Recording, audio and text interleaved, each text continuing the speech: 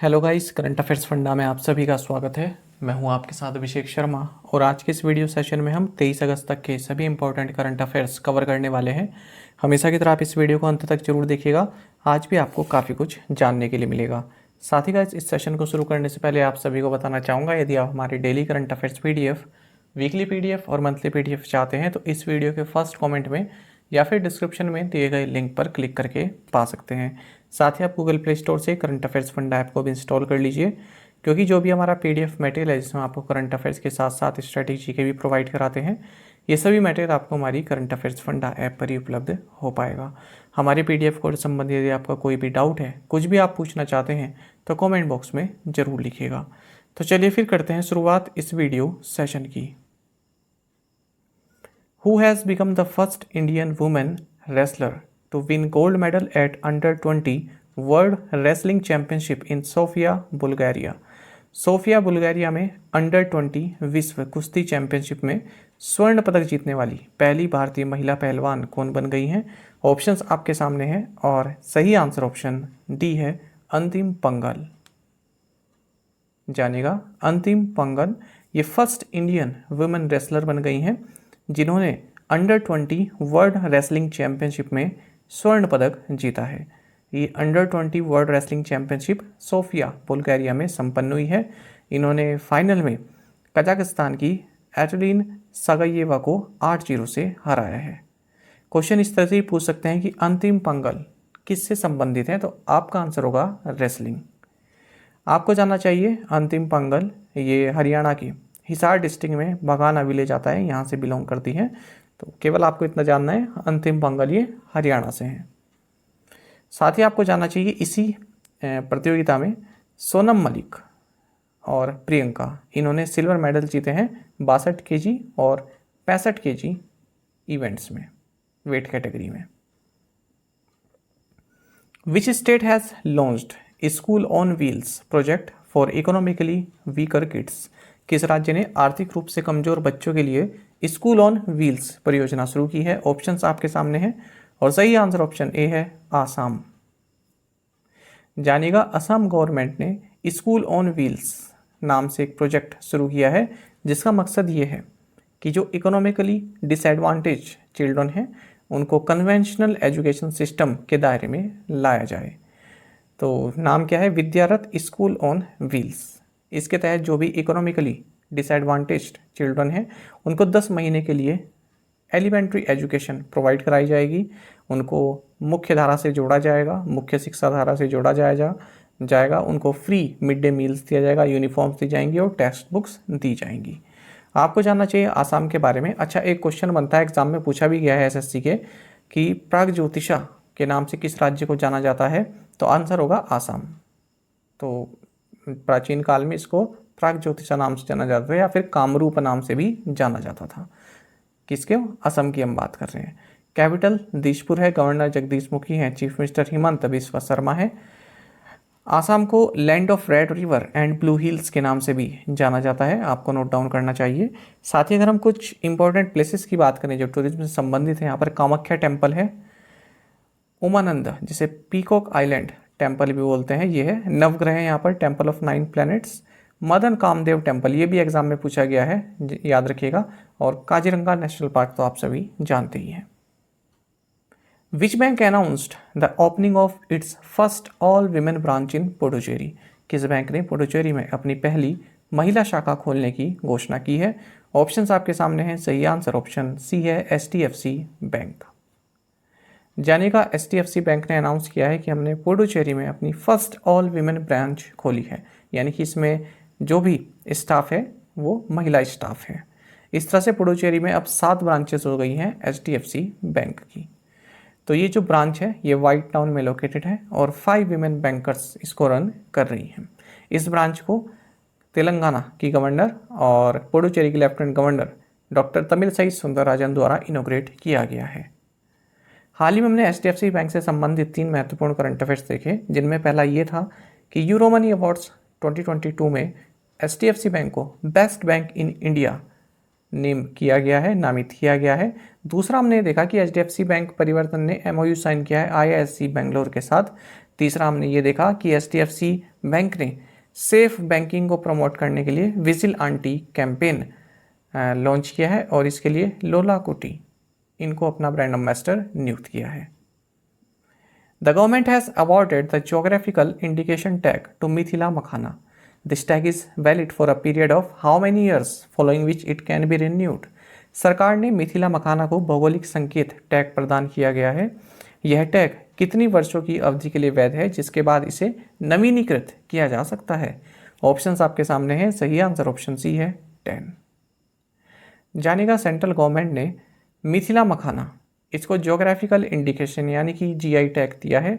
अब GI registration मिलने के साथ ही कोई भी आइटम होता है, यदि उसको जीआई रजिस्ट्रेशन मिल जाता है तो उसको एक लीगल प्रोटेक्शन मिल जाती है।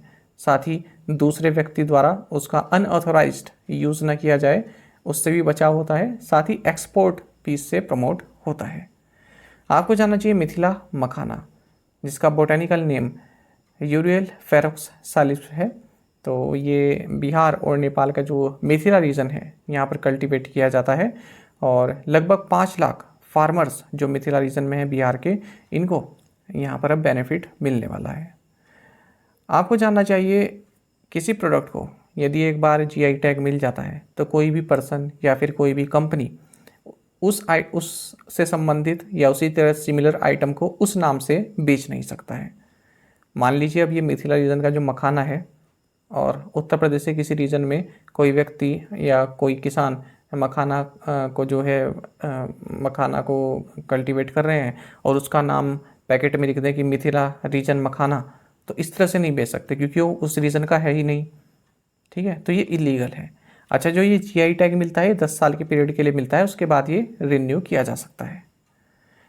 बाकी जीआई टैग की अगर हम बात करें बिहार से जो ऑलरेडी दिए जा चुके हैं, ये भागलपुरी जर्दालू मैंगो है, कतरनी राइस है, मगई बेटल है, शाही लीची है, कई बार पूछी जाती है शाही लीची, सिलाव खाजा है, मधुबनी पेंटिंग पूछी जाती है और Pipli work. Central power research institute signed an MOU with which state for setting up a regional testing laboratory. केंद्रीय विद्युत अनुसंधान संस्थान ने क्षेत्रीय परीक्षण प्रयोगशाला स्थापित करने के लिए किस राज्य के साथ समझौते ज्ञापन पर हस्ताक्षर किए हैं? ऑप्शंस आपके सामने हैं। सही आंसर ऑप्शन सी है छत्तीसगढ़। जानेगा Bengaluru based central power research institute, इसने एक मेमोरेंडम ऑफ अंडरस्टैंडिंग साइन किया है छत्तीसगढ़ गवर्नमेंट के साथ, जिसके तहत छत्तीसगढ़ के रायपुर डिस्ट्रिक्ट में ये रीजनल टेस्टिंग लेबोरेटरी सेटअप करेगा। छत्तीसगढ़ के बारे में बात करें, गवर्नर अनुसुईया उइके हैं, चीफ मिनिस्टर भूपेश बघेल हैं, आप सभी जानते हैं, कैपिटल रायपुर है। अगर हम छत्तीसगढ़ से भी संबंधित महत्वपूर्ण प्लेसेस की बात करें तो चित्रकूट फॉल्स है यहाँ पर, जिसे नायग्रा फॉल्स ऑफ इंडिया बोलते हैं, तीरथगढ़ फॉल्स है, कांगेर घाटी नेशनल पार्क है, कैलाश केव्स हैं, कुटुम्बसर केव्स हैं और भौरमदेव वाइल्ड लाइफ सेंचुरी भी यहीं पर मौजूद है। तो ये भी काफ़ी महत्वपूर्ण है, नोट डाउन कर लीजिएगा। 10th national conference of women police began in which city. महिला पुलिस का 10वां राष्ट्रीय सम्मेलन किस शहर में शुरू हुआ है? ऑप्शंस आपके सामने हैं। सही आंसर ऑप्शन ए है शिमला। जानिएगा हिमाचल प्रदेश के शिमला में 10th national conference of women police की शुरुआत हो चुकी है। यह conference ministry of home affairs और bureau of police research and development यानी कि बीपीआरडी ने हिमाचल पुलिस के साथ मिलकर ऑर्गेनाइज की है। इस कॉन्फ्रेंस को union minister of state for home affairs Nityanand Rai द्वारा इनॉग्रेट किया गया है। द 7th प्रवासी Bharatiya Divas 2023 will be held in which city. 17वां प्रवासी भारतीय दिवस 2023 किस शहर में आयोजित किया जाएगा? ऑप्शंस आपके सामने हैं। सही आंसर ऑप्शन ए है इंदौर। जानिएगा 17वां प्रवासी भारतीय दिवस 2023 ये जनवरी में इंदौर में आयोजित किया जाएगा। आपको जानना चाहिए साल 2003 से ही मिनिस्ट्री ऑफ एक्सटर्नल अफेयर्स इस इवेंट को ऑर्गेनाइज करता आ रहा है। ये जो इवेंट है प्रवासी भारतीय दिवस, ये 9 जनवरी को सेलिब्रेट किया जाता है और ये एक तरह से ट्रिब्यूट है जो ओवरसीज इंडियन कम्युनिटी है, उनका जो कंट्रीब्यूशन रहा है भारत के डेवलपमेंट में, उसके लिए। साथ ही 9 जनवरी 1915 को महात्मा गांधी साउथ अफ्रीका से इंडिया वापस आए थे, तो उस इवेंट को भी यहाँ पर याद किया जाता है भारतीय प्रवासी दिवस के रूप में। तो कहते हैं महात्मा गांधी को सबसे बड़ा प्रवासी हमारे देश के महात्मा गांधी हैं। The USA President Joe Biden has signed a climate change and healthcare bill of how much billion dollars? USA राष्ट्रपति जो बाइडेन ने कितने अरब डॉलर के जलवायु परिवर्तन और स्वास्थ्य देखभाल बिल पर हस्ताक्षर किए हैं? ऑप्शंस आपके सामने हैं। सही आंसर ऑप्शन सी है 740 बिलियन यूएस डॉलर। आपको जानना चाहिए यूएस प्रेसिडेंट जो बाइडेन ने एक बिल को साइन किया है जो कि 740 बिलियन यूएस डॉलर की अमाउंट का ये बिल है। मतलब इसमें जो प्रोविजंस हैं उनकी अमाउंट है इतनी 740 बिलियन यूएस डॉलर। इसका मतलब इसमें पूरा मतलब ये है इसका कि हेल्थ केयर कॉस्ट जो है यानी कि मेडिकल सुविधा जो मिले उसमें कम से कम खर्चा आए और क्लाइमेट चेंज के लिए भी कई सारे प्रोविजंस हैं। तो एक तरह से कह सकते हैं कि टोटल जो बजट है वो 740 बिलियन यूएस डॉलर का है और इसको साइन कर दिया है जो बाइडेन ने। इसका मतलब अब ये लॉ बन चुका है। तो इसमें आप देख सकते हैं कि बाइडेन का जो इन्फ्लेशन रिडक्शन एक्ट आप इसको कह सकते हैं, तो ये ग्रीन हाउस गैस एमिशन को भी रिड्यूस करेगा 2030 तक 1 बिलियन टन्स रिड्यूस कर देगा। साथ ही जो कॉरपोरेट मिनिमम टैक्स है वो भी लगाया जाएगा 15%। हाल ही हमने देखा कि प्रेसिडेंट जो बाइडेन ने चिप्स एंड साइंस एक्ट को भी साइन किया और इसको लॉ अब ये बन चुका है। Whose memoir titled Bibi my story will be published on 22 November. 22 नवंबर को बीबी माई स्टोरी शीर्षक से किसका संस्मरण प्रकाशित किया जाएगा? ऑप्शंस आपके सामने हैं। सही आंसर ऑप्शन सी है बेंजामिन नेतन्याहू। जानिएगा इजराइल के फॉर्मर प्राइम मिनिस्टर हैं, साथ ही नेशनल लिबरल मूवमेंट यानी कि लिकुड पार्टी के चेयरमैन हैं बेंजामिन बीबी नेतन्याहू। इनका एक मेमोआ जिसका टाइटल है बीबी माई स्टोरी, ये पब्लिश होगा इंग्लिश और हिब्रू में 22 नवंबर को। तो इंग्लिश ट्रांसलेशन ये अमेरिकन पब्लिशर साइमन एंड चूस्टर द्वारा रिलीज़ किया जाएगा, जबकि हिब्रू वर्जन ये शिबोलेट लाइब्रेरी द्वारा रिलीज़ की जाएगी। आपको जानना चाहिए जो बेंजामिन नेतन्याहू है ये इसराइल के लॉन्गेस्ट सर्विंग लीडर रहे हैं।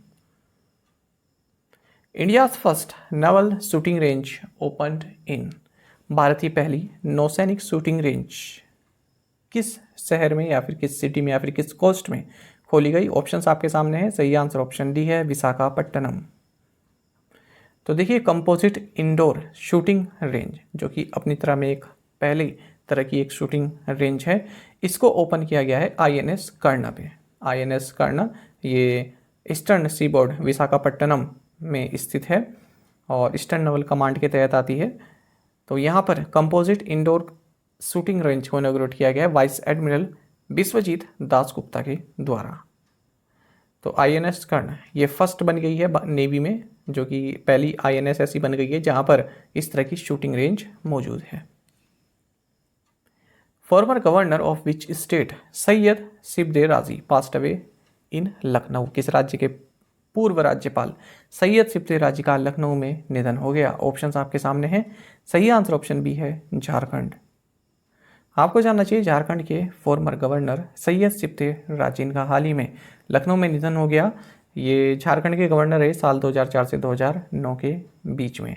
ये कांग्रेस के साथ एसोसिएटेड थे, कांग्रेस से जुड़े हुए थे और राज्यसभा के भी 3 बार मेंबर रह चुके हैं। उसके बाद ये झारखंड के साथ साथ आसाम के भी गवर्नर रहे हैं। 4th Indian open national para athletics championships 2022 where Indian Paralympics medallist Sumit Antil and Yogesh Kathuniya established new world records in javelin throw and discus throw respectively held in which city? चौथा Indian open national para athletics championship 2022 जहां भारतीय Paralympic पदक विजेता सुमित अंतिल और योगेश कथुनिया ने क्रमशः भाला फेंक और डिस्कस थ्रो में नए विश्व रिकॉर्ड स्थापित किए, किस शहर में आयोजित किया गया? ऑप्शंस आपके सामने हैं। सही आंसर ऑप्शन सी है बेंगलुरु। आपको जानना चाहिए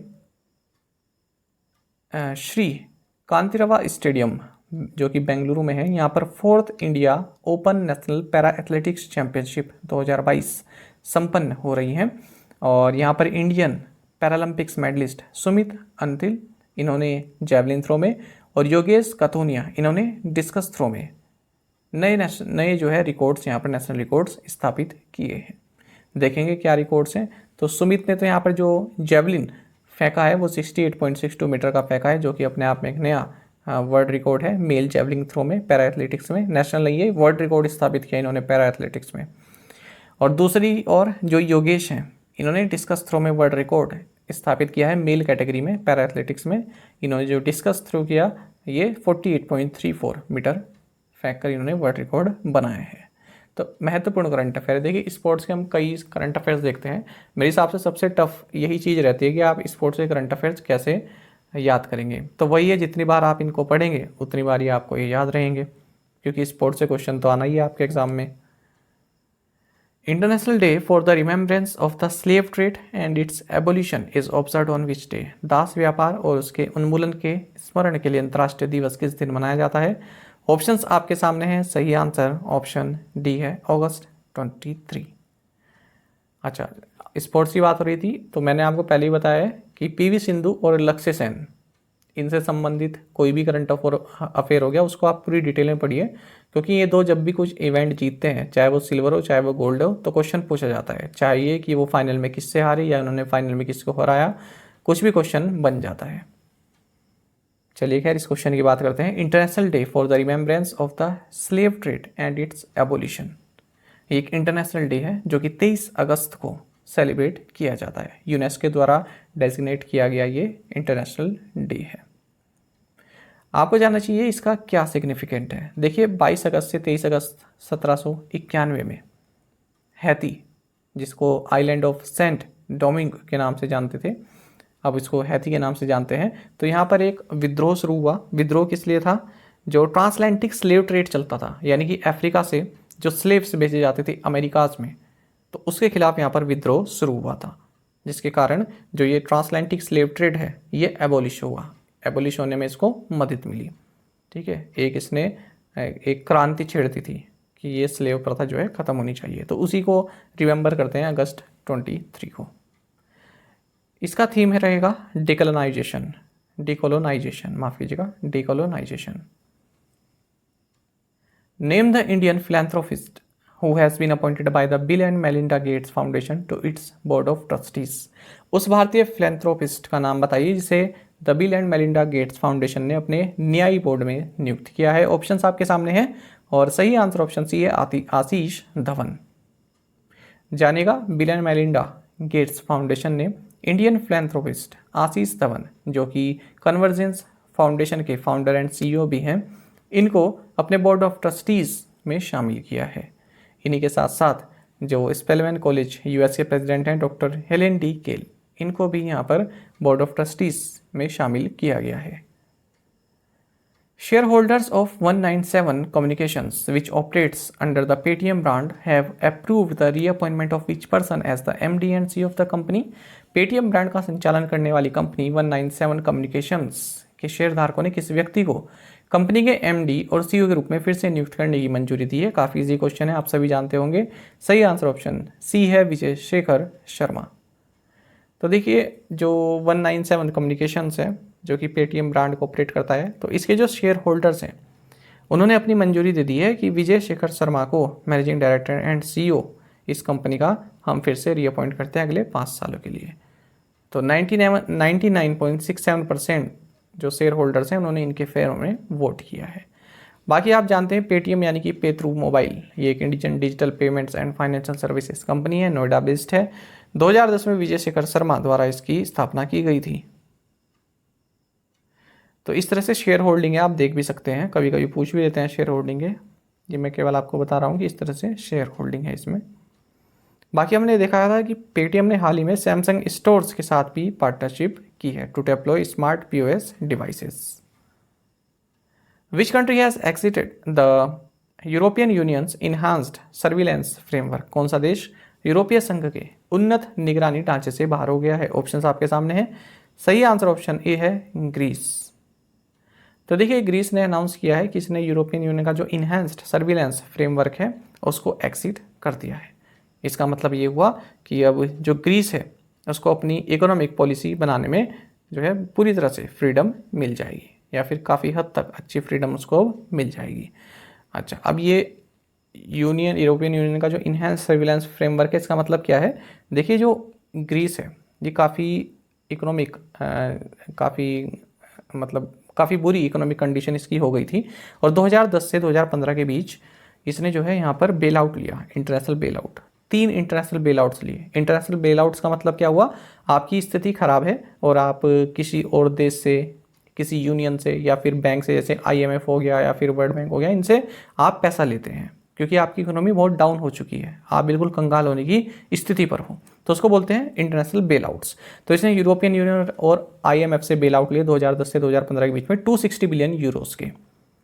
ठीक है, लेकिन इसके शर्त में यूरोपियन यूनियन ने ये कहा कि हम आपकी जो इकोनॉमिक पॉलिसी है, ठीक है, उसकी जो लगाम है वो हमारे हाथ में रहेगी, हम लोग उसको देखते रहेंगे, उस पर सर्विलेंस रखेंगे, उस पर नज़र बनाए रखेंगे, आप कोई भी इकोनॉमिक संबंधित फैसला लेंगे तो हमको ज़रूर बताएंगे। तो उससे अब उसको अब एग्जिट कर दिया है ग्रीस ने, कुछ क्राइटेरिया रहा होगा जो कि इसने फॉलो किया, तो अब एग्जिट कर चुका है, यानी कि अब इसको अपनी फ्रीडम मिल चुकी है अपनी इकोनॉमिक पॉलिसी बनाने के लिए। आई होप आप इस चीज़ को समझ गए होंगे। बाकी आप जानते हैं कि ग्रीस की करेंसी यूरो है, कैपिटल एथेंस है। The governments of Punjab and Haryana agreed to name the Chandigarh International Airport after which freedom fighter? Punjab और हरियाणा की सरकारें चंडीगढ़ अंतर्राष्ट्रीय हवाई अड्डे का नाम किस स्वतंत्रता सेनानी के नाम पर रखने पर सहमत हुई हैं? ऑप्शंस आपके सामने हैं, सही आंसर ऑप्शन ए है भगत सिंह। तो जानिएगा Punjab and Haryana high courts ने अपने मंजूरी दे दी है कि चंडीगढ़ इंटरनेशनल एयरपोर्ट का नाम फ्रीडम फाइटर भगत सिंह के नाम पर रखा जाएगा। The central government has planned to collaborate with which state government to develop a district good governance portal? केंद्र सरकार ने जिला सुशासन पोर्टल विकसित करने के लिए किस राज्य सरकार के साथ सहयोग करने की योजना बनाई है? ऑप्शंस आपके सामने हैं, सही आंसर ऑप्शन डी है अरुणाचल प्रदेश। आपको जानना चाहिए मिनिस्ट्री ऑफ पर्सनल के तहत जो department of administrative reforms and public grievances आता है, इसने अरुणाचल प्रदेश गवर्नमेंट के साथ एक कोलैबोरेशन किया है जिसके तहत डिस्ट्रिक्ट गुड गवर्नेंस पोर्टल इस राज्य के लिए डेवलप किया जाएगा ताकि हर एक डिस्ट्रिक्ट की परफॉर्मेंस को मॉनिटर किया जा सके मंथली बेसिस पर। बाकी आपको जानना चाहिए ये घोषणा कब की गई, तो अरुणाचल प्रदेश के ईटानगर में bringing citizens and government closer through administrative reforms, इस तरह की एक कॉन्फ्रेंस हो रही थी जिसे यूनियन मिनिस्टर जितेंद्र सिंह ने जो है एड्रेस किया, तो वहीं पर इन्होंने अनाउंसमेंट की है कि district good governance portal develop किया जाएगा अरुणाचल प्रदेश के लिए। बाकी हमने हाल ही में देखा था कि अरुणाचल प्रदेश ने जो है जो मेडिसिन फ्रॉम स्काई इस प्रोजेक्ट को भी इसका ट्रायल भी पायलट बेसिस पर संपन्न किया है। Which bank has sold the non performing loan account of KSK Mahanadi power company to Aditya Birla ARC for 1622 crore rupees? किस बैंक ने KSK महानदी पार कंपनी का गैर निष्पादित ऋण खाता आदित्य बिरला ARC को 1622 करोड़ रुपए में बेचा है? ऑप्शंस आपके सामने हैं, सही आंसर ऑप्शन सी है स्टेट बैंक ऑफ इंडिया। आपको जानना चाहिए स्टेट बैंक ऑफ इंडिया ने जो KSK महानदी पार कंपनी है इसका जो नॉन परफॉर्मिंग लोन अकाउंट है यानी कि जो बैड लोन्स हैं, देखिए KSK महानदी पार कंपनी ने काफ़ी भारी मात्रा में SBI से लोन लिया था लेकिन ये उसको चुका नहीं पाई है, तो SBI ने अब जो SBI का पैसा जो वापस नहीं आया है उसको क्या बोलते हैं, बैड लोन बोलते हैं। तो ये बैड लोन जो है Aditya Birla asset reconstruction company को बेच दिया है, कितने में 1622 करोड़ रुपए में। आगे पढ़िएगा, excepting a haircut of almost 58% against the total outstanding, यानी कि टोटल जो कर्ज था KSK महानदी पार कंपनी पे उससे 58% कम जो है इसने बेचा है SBI ने, यानी कि भले ही सारा ना मिल रहा हो लेकिन हम कोई बात नहीं 58% कम ही ले लेंगे। ठीक है, तो ये हेयर कट जो होता है ना ये काफ़ी महत्वपूर्ण कंसेप्ट होता है बैंकिंग के, उसमें आपको जाना चाहिए, मैं आपको और थोड़ा अच्छे से समझाना चाहूँगा। बाकी आप पहले ये जान लीजिए जो KSK महानदी पावर कंपनी है इसके ऊपर जो टोटल लोन है ये 3815 करोड़ रुपए का है। ठीक है, SBI से जो उसने लिया हुआ है, लेकिन अब SBI ने हेयर कट किया है 58% का, तो कितना बचा 1622 करोड़ रुपए। केवल 1622 करोड़ रुपए के जो बैड लोन्स है वो Aditya Birla asset reconstruction company को उसने बेच दिए हैं। अब जानिएगा कि हेयर कट का मतलब क्या होता है, छोटा सा, इतना पूरा नहीं पढ़ूंगा मैं, आपको बता रहा हूँ। देखिए पहली लाइन पढ़िएगा, when a bank takes a haircut it means it accept less than what was due in a particular loan amount, यानी कि जब कोई बैंक हेयर कट लेता है इसका मतलब क्या है, जितना पैसा किसी व्यक्ति पर जिसने उससे बैंक लोन लिया है उस पर जितना उधार था, तो बैंक क्या है उससे थोड़ी कम रकम लेने के लिए मजबूर हो गया है। मान लीजिए किसी व्यक्ति पर 10,000 रुपये का उधार है, ठीक है, SBI का, यानी SBI से उसने पैसा लिया है 10,000 रुपये का। अब जो SBI है वो एग्री हो चुका है कि कहीं ऐसा ना हो मेरे पास कुछ भी पैसा ना आए, आप केवल 8,000 रुपये दे दीजिए, यानी कि 20% का हेयर कट हुआ है। 10,000 का आप 20% निकालेंगे तो कितना होगा, 2,000। 10,000 में से 2,000 कटा दीजिए तो 8,000 बचता है ना, तो यानी कि 20% का हेयर कट हुआ है। यही ऊपर बताया देखिए आपको, जो 58% का हेयर कट हुआ है, तो इसे बोलते हैं haircut. External affairs minister S Jaishankar inaugurated the Indian embassy residence complex in which city. विदेश मंत्री एस जयशंकर ने किस शहर में भारतीय दूतावास निवास परिसर का उद्घाटन किया है? ऑप्शंस आपके सामने हैं। सही आंसर ऑप्शन बी है, बैंकॉक। तो देखिए, external affairs minister S Jaishankar इन्होंने बैंकॉक थाईलैंड में इंडियन एम्बेसी रेजिडेंस कॉम्प्लेक्स को इनोग्रेट किया है, along with deputy prime minister and foreign minister of Thailand Don Pramudwinai. आपको जानना चाहिए कि जयशंकर जी जो हैं इस वक्त थाईलैंड में हैं, क्योंकि 9th India Thailand joint commission meeting संपन्न हो रही है, इसमें पार्टिसिपेट ये कर रहे हैं। थाईलैंड के बारे में बात करें, prime minister Prayut Chan Ocha है, करेंसी बात है, और यहाँ के जो किंग हैं ये हैं वाजिरालोंगकोर्न।